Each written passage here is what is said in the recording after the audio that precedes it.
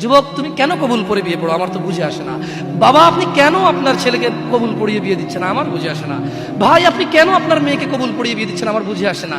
আপনার মেয়ে হলুদ কাপড় পরে, মাথার মধ্যে খোপা দেয়, 3 জনে এসে দুধ খাওয়ায়, 4 জনে কোলে নিয়ে নেয়, 6 জনে গান বাজায়, 10 জনে এসে হলুদ মাখে, শুধু বুঝি মৌলবি দিয়ে কবুল পড়ালে বুঝি মুসলিমের বিয়ে হয়।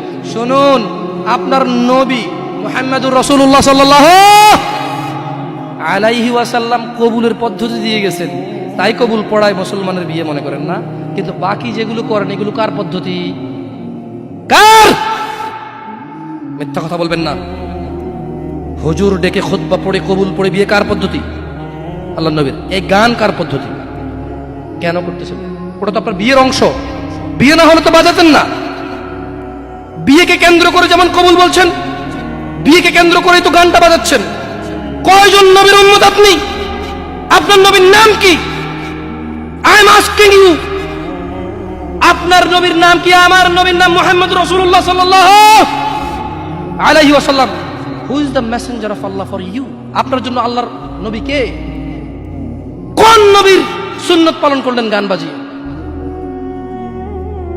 আপনার জন্য আমার বিল্ডিংটা ভেঙে পড়বে, বলে রাখি ছাড়বো না। আল্লাহ তুমি আমার ভাইদেরকে হিদায়াত দাও ইয়া আল্লাহ, ছাড়বো না। এই যে ভূমিকম্প হলো আপনার গান বাজনা বাজানোর কারণে। মুহাম্মদ সাল্লাল্লাহু আলাইহি ওয়াসাল্লাম কি মিথ্যা কথা বলে?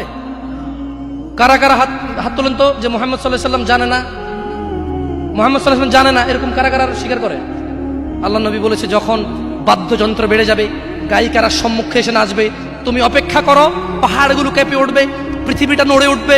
জালজালা ইযা জুলজিলাতিল আরদু জিলজালাহা, যখন পৃথিবী প্রবল কম্পনে প্রকম্পিত হবে। ওয়া খরাজাতিল আরদু আসকালাহা, যখন এই মাটি তার ভিতরে যা আছে একদম লাথি মেরে বের করে দেবে, লাশ হোক আর যাই হোক, মাটি বলবে যে বের হও, বের হও আমার থেকে, বের হও, আমি তোর আর কাউকে রাখবো না। وقال الانسان, মানুষ বলবে মালাহা মালাহা, পৃথিবীটা কি হলো, এই মাটির কি হলো? কেন সে কবরগুলো লাশগুলো বের করে দিচ্ছে? কেন সে স্বর্ণ মতি হীরা মানিক্য বের করে দিচ্ছে? মালাহা, এর কি হলো? কেন পাহাড় নড়ে উঠছে? কেন পাহাড় ভেঙে চূর্ণ বিচূর্ণ হয়ে যাচ্ছে?